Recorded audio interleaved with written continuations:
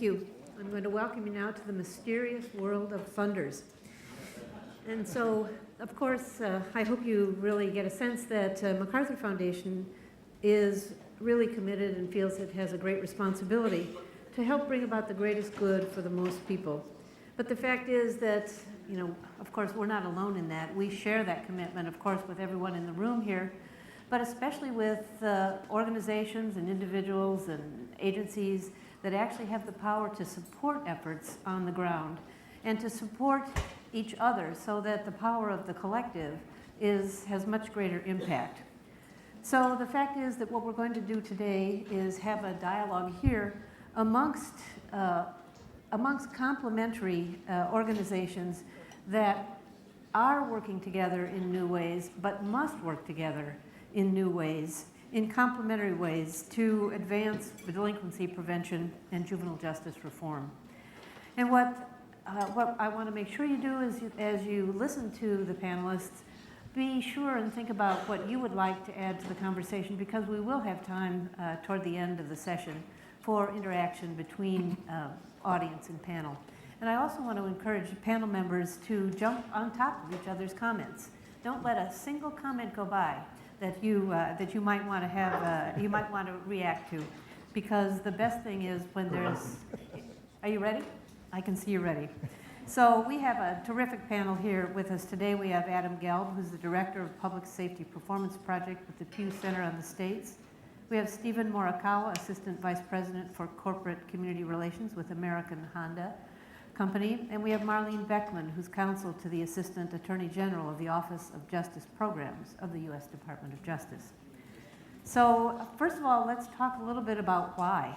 Steve, let's start with you. Honda, of course, has a demonstrated commitment to corporate citizenship. But why is it important to you, and if you could speak for others of your colleagues in the business community, why is it important to you to support the work of juvenile justice reform and delinquency prevention? First of all, I come from the corporate world, so we might be a little bit different. We might use different terminology, but for a company, a corporation to support juvenile justice and prevention, I think we've learned early on that the children are going to be the future of this country. They're always going to have opportunities, and not all of them are going to be positive. They're going to go in one or two different directions, either good or bad. And things that we don't address early on are going to be addressed later on. We learn that in all of our philanthropy programs. It's oftentimes more efficient to try to prevent something than to try to cure it once it's taken place.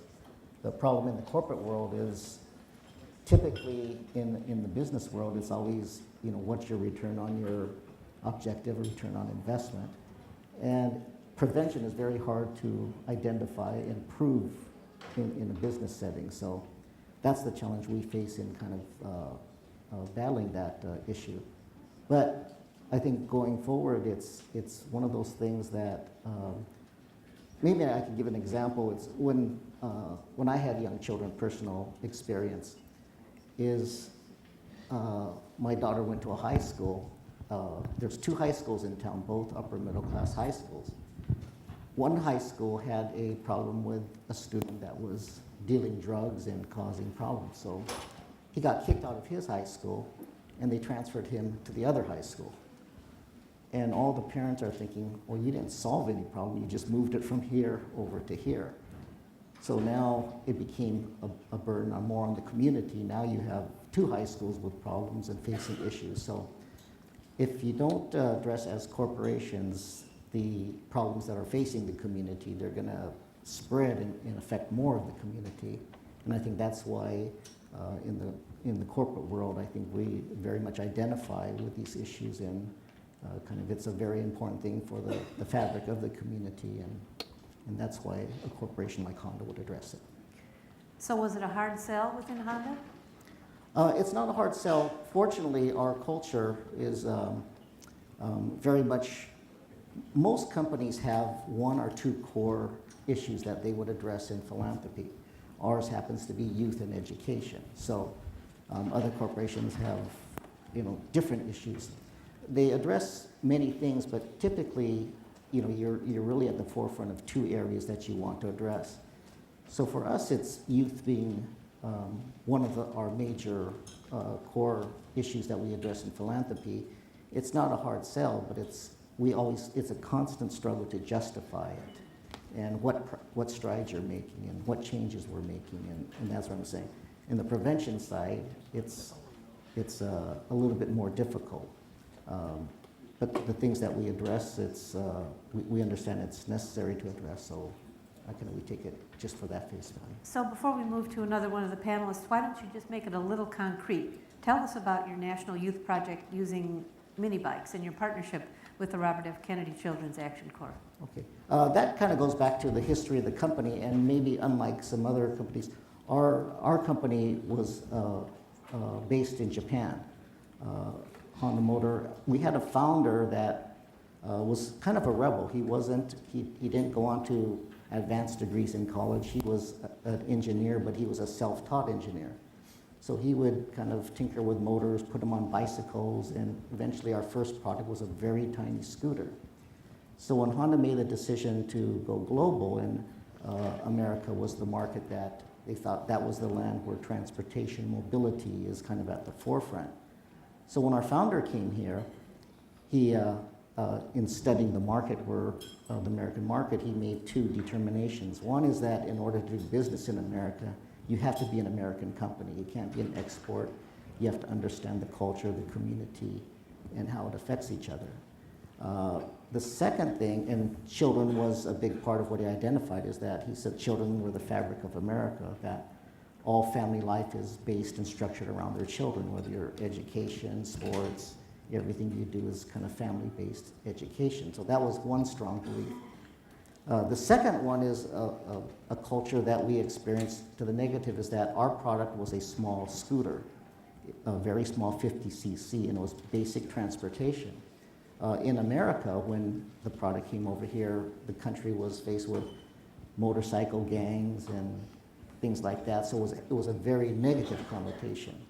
So he determined to set out to change the image of that industry, and we implemented a You Meet the Nicest People on a Honda campaign, which was people from all walks of life, whether they're teachers, professors, doctors, students, all riding a little scooter as basic transportation. So most companies, when they start out with philanthropy, they'll start out with just traditional, what we call traditional philanthropy. When you start something, you'll go to things like you donate to the United Way or to the Red Cross, kind of just annual things. Then typically later company will go to kind of more aligned philanthropy, where it's maybe your product line or the basics of your business kind of interact with that issue. We were very fortunate because a young Y worker came to American Honda and said that kids were losing interest in just reading and going to school, but they wanted to try new exciting things. So he had our program thinking how we can use our little mini bike to encourage kids to, as an incentive-based tool to kind of, if you do good work or you behave well or you get good grades, we'll take you riding out and try other things that might be more exciting. And that was kind of the start of NIPM.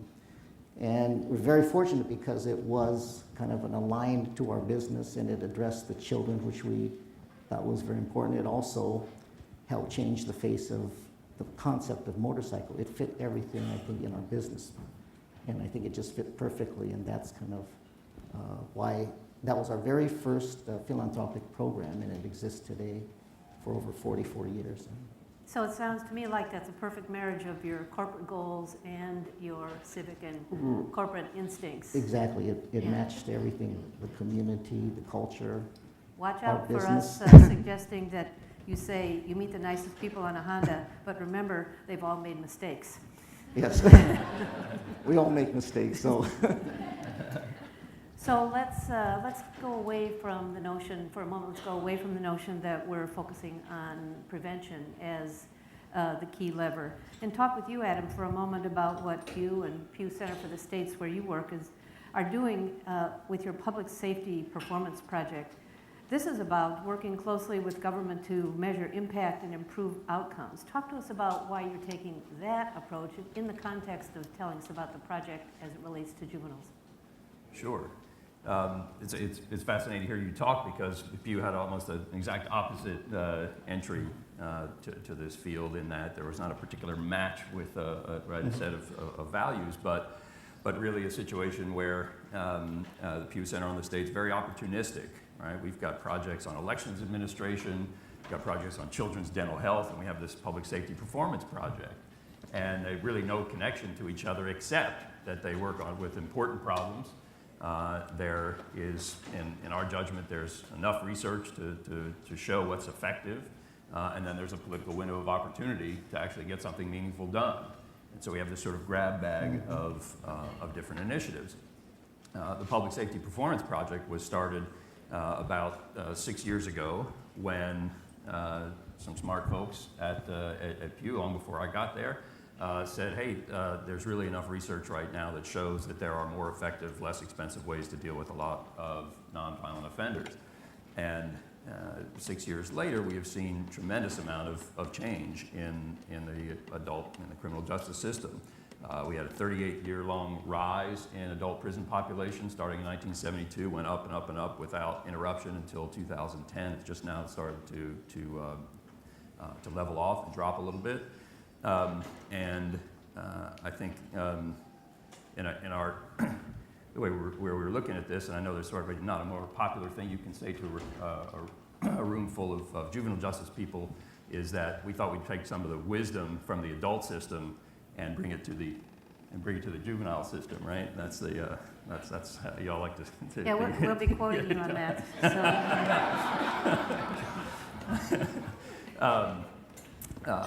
So obviously that's not what we're doing in any sort of policy or programmatic way necessarily, but it is, Julie, the way that we are approaching this, quite frankly, from sort of the method of change, or the theory of change, which is how our project operates, which you alluded to, and that is we have found that the way that we and our partners at the Council of State Governments Justice Center, and with help from the Justice Department as well, and other partners, including the Vera Institute of Justice, what we've done is, I think, really pioneer and now hone over the years a model of intensive technical assistance directly with state policymakers, with the governor, him or herself, with the Speaker of the House, the Senate President, Lieutenant Governor, and the Chief Justice, starting at the very top levels of state leadership, trying to get their commitment, not to any specific policy outcomes, but their commitment to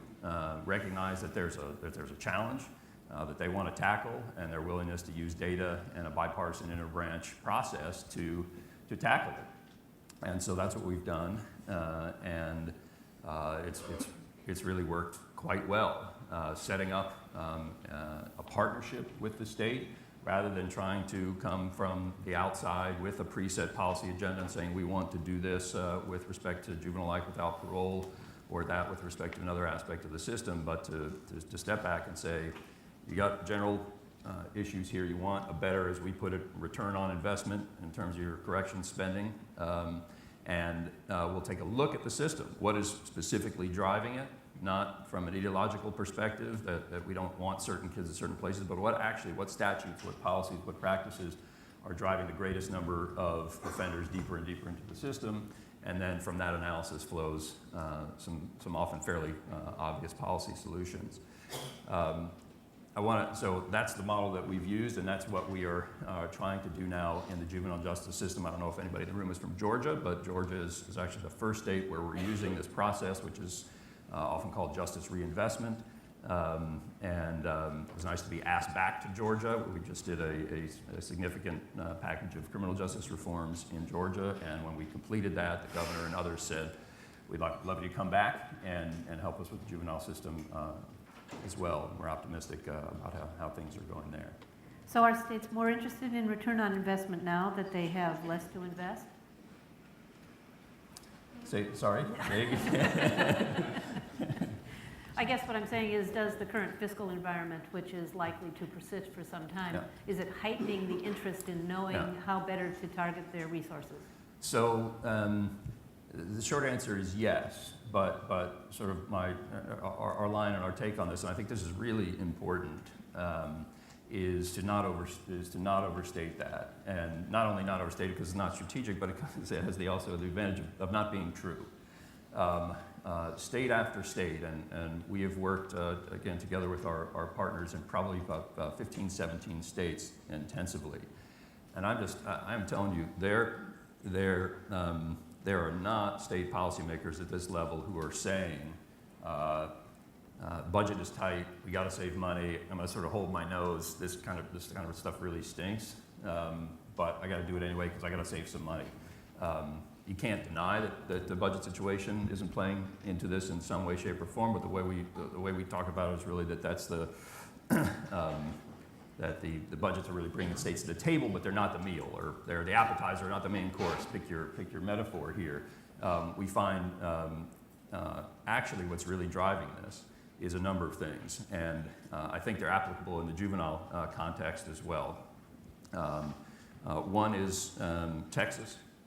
The fact that Texas in 2007 slammed the brakes on prison construction, said no to the Department of Corrections, which came in, as Mike Griffiths here from Austin knows, we're not going to keep building the way we have been. We're going to invest in alternatives instead.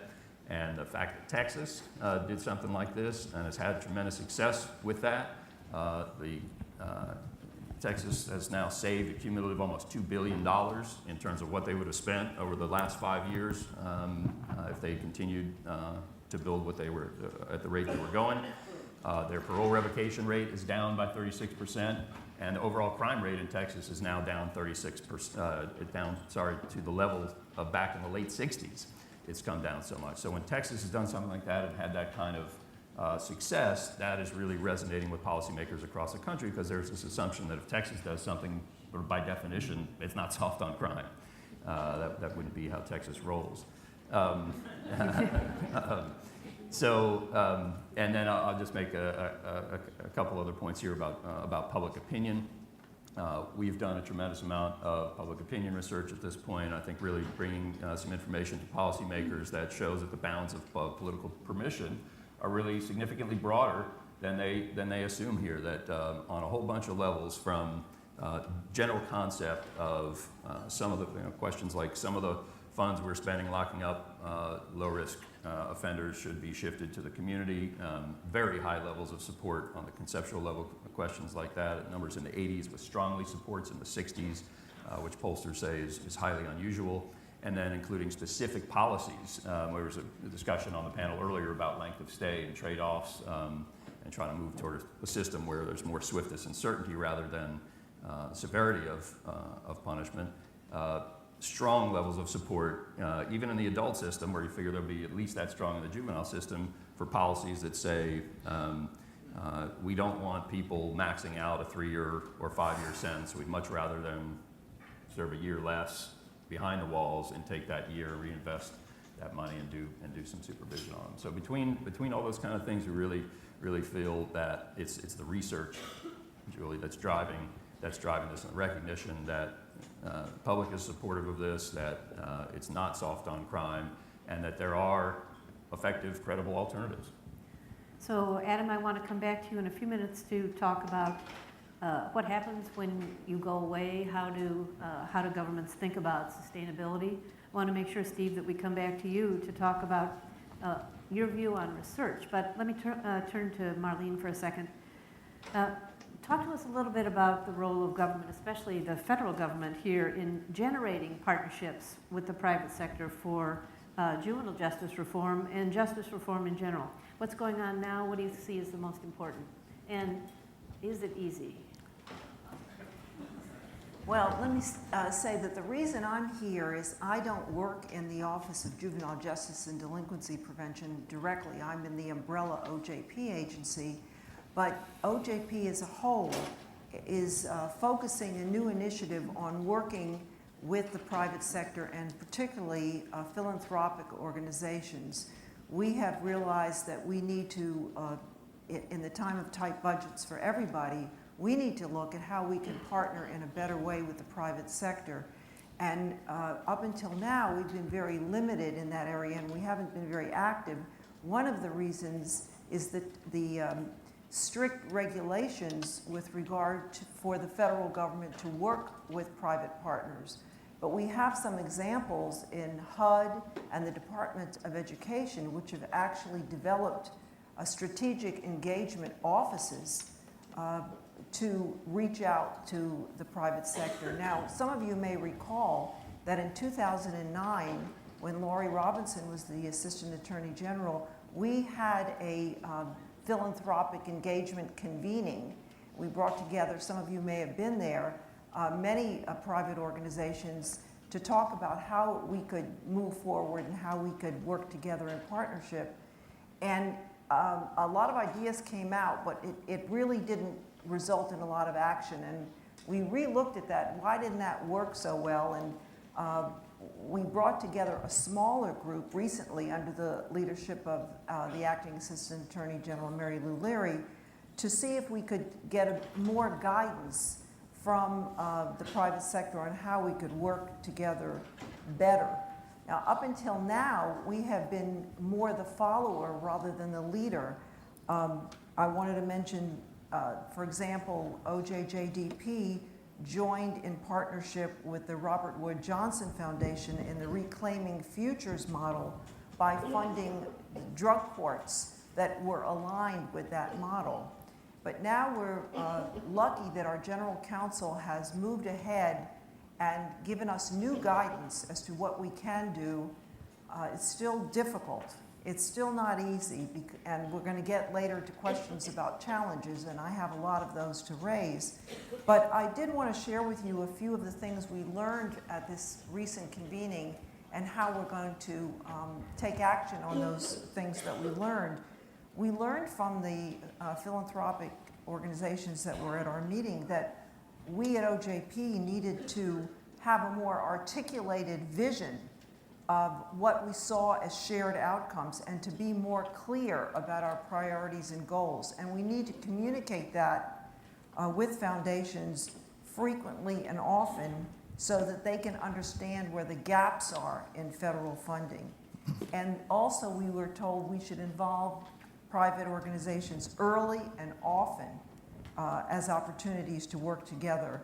And we should take advantage of the wide networks that the federal government has developed over the years and take advantage of the affinity groups and the regional philanthropic networks. And also that the private organizations said to us, why don't you guys on the federal level talk to each other more? Why don't you work with HUD in education and the Department of Health and Human Services to work together, to come together and bring leadership from all those federal agencies to meetings with the private sector. And I want to, in the spirit of this, I want to mention one new initiative that we're about to launch. It's not yet out there, but it has to do with a new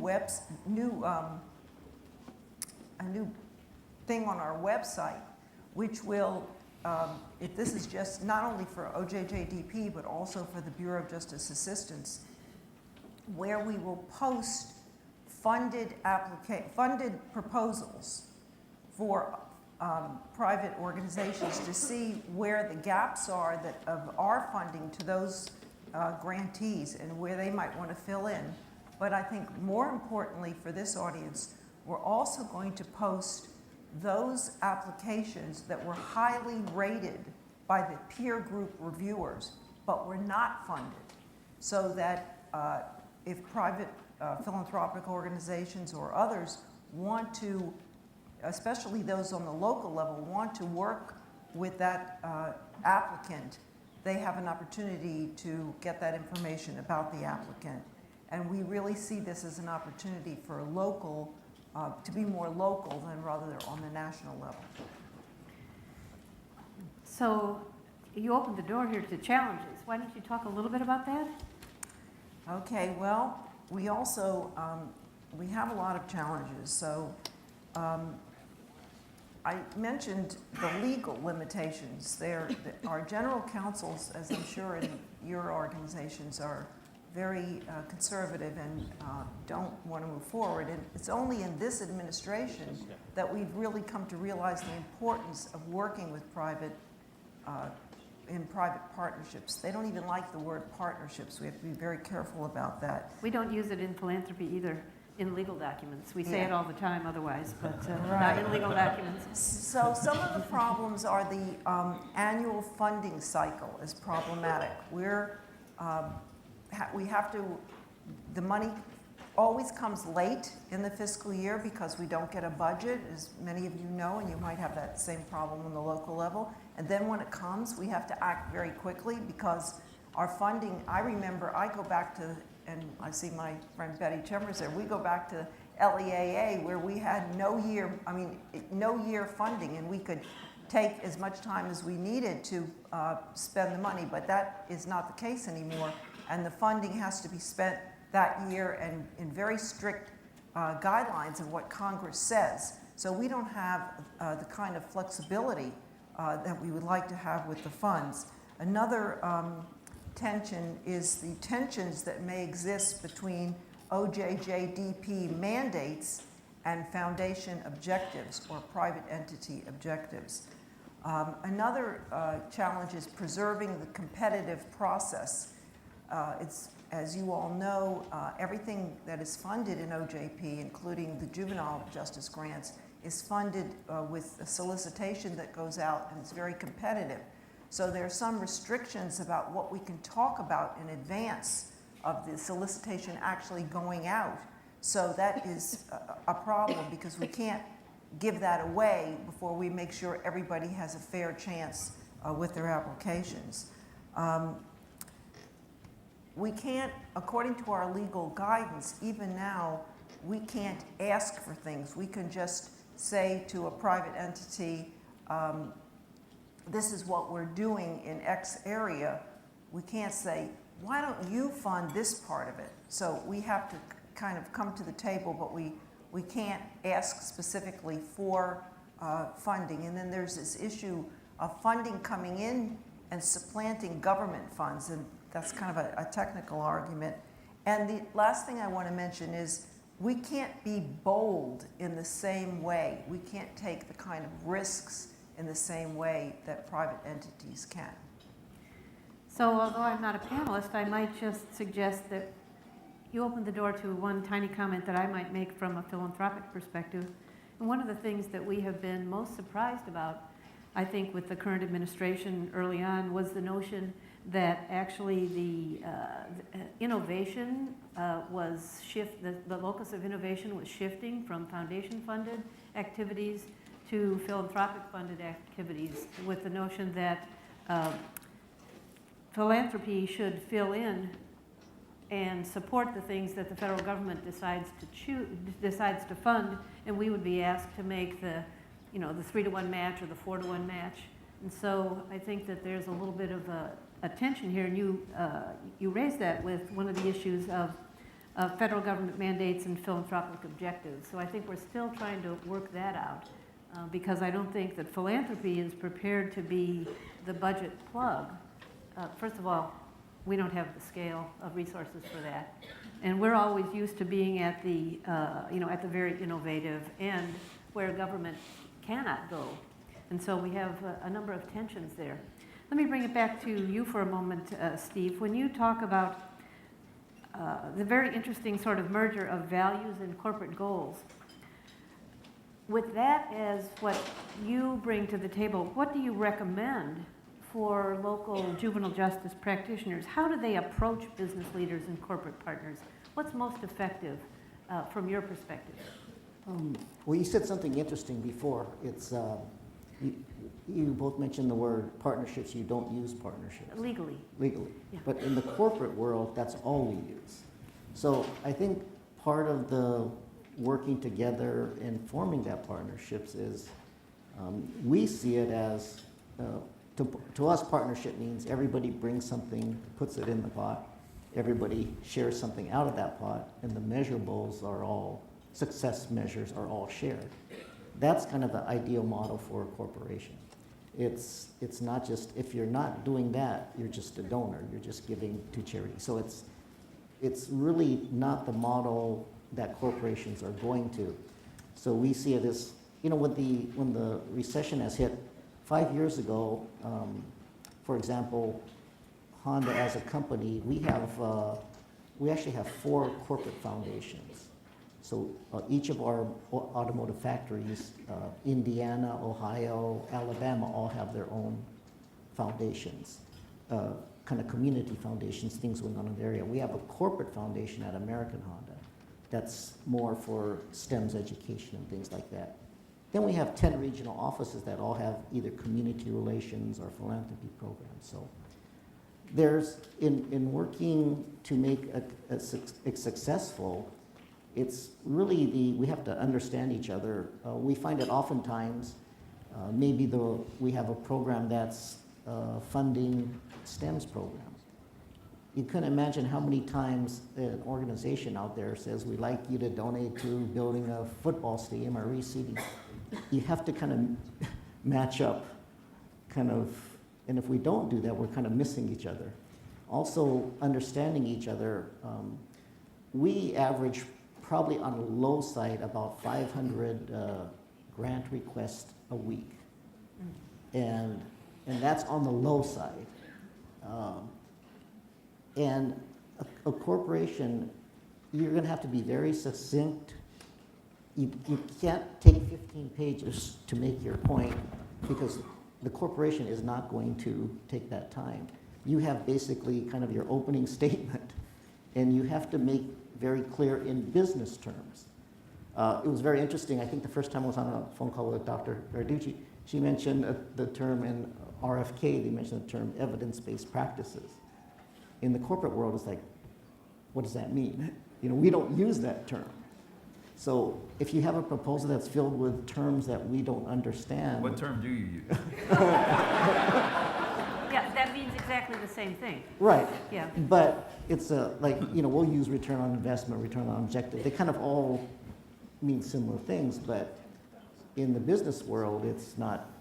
It's like evidence-based practice. Well, your evidence is, your success or you're not. If you're marketing a product and it sells, if it doesn't sell, you make adjustments. Those are your evidence, but we don't term it in that sense. So it's kind of just really a communication thing and understanding each other and really making sure that you go to the right source and make sure that you're all on the same page. And I think that's kind of one of the keys that we have.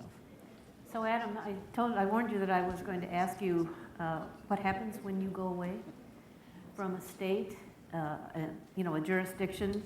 What do you do to help lay the groundwork for continuing focus on the reforms that you've helped engender? Right.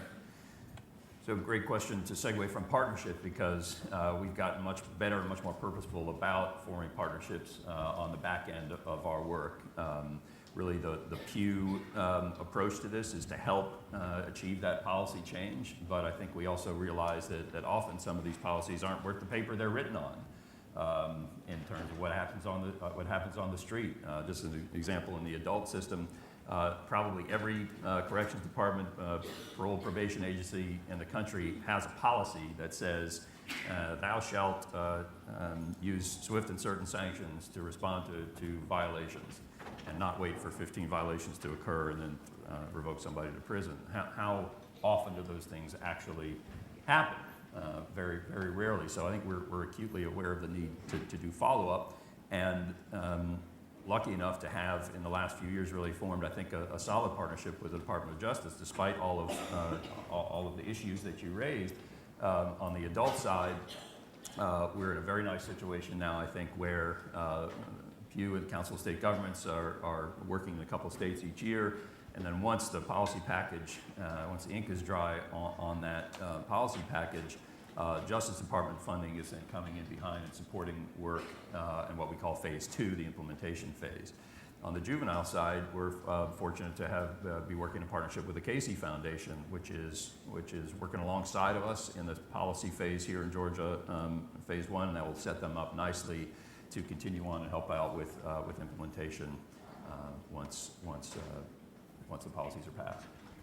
So Marlene, just despite the prohibition on the legal notion of partnerships, what would be your one piece of advice to this group on how to really figure out how to develop an effective working relationship with the federal government? Well, I'm going to answer that by giving a couple examples of some, I'll call them partnerships just for shorthand here, but alignments of interests that have taken two different approaches. One starting from the grassroots that came up to the national level, and one at the national level that's hopefully going to go down to the grassroots. So let me mention first that what we call the Supportive School Discipline Initiative, otherwise known as the School to Prison Pipeline. And this actually started in the grassroots when the Council of State Governments did a report on that was called Breaking School Rules Report. It was July 2011, and it was presented to the Department of Justice Juvenile OJJDP's Coordinating Council. And OJJDP was approached, this is where we were approached by Atlantic Philanthropies, who suggested ways that OJJDP could get involved. And this is really an advocacy issue that has now been elevated to the national level. Other foundations, California Endowment is financing specific demonstration projects on the local level. OSI is also involved. And OJJDP is using its ability at the national level to fund leadership summits and bringing the national perspective on this issue. So that was, as I see it, something that started at the grassroots and has come up to the national level. Now an example of a national level effort that's looking for grassroots support is the Defending Childhood initiative, which is and has been a longtime priority of our Attorney General, even when he goes way back to when he was a judge in Washington, D.C. And we all know that children exposed to violence at an early age leads to all kinds of problems when they get older. So this, what we've done now is DOJ has awarded grants to 8 cities and tribal communities to develop strategic and comprehensive plans that will address this issue. And each side has gotten more funds to sustain it until it can blossom. Now, this week, the Attorney General is having a meeting of the task force on children exposed to violence, which will announce its recommendations. That's going to be on December 12th. And I've been told that the major recommendation is that government cannot do this alone. And so there's going to be sort of a call for help. And what I wanted to say too here was it's not always dollars that we're looking to align ourselves with. Sometimes it's technical assistance. And an example of this is Merck in the Memphis site is participating on the local level. And so we're also looking for help with community organization in that kind of an initiative. So let's open it up for a few questions or comments from the audience.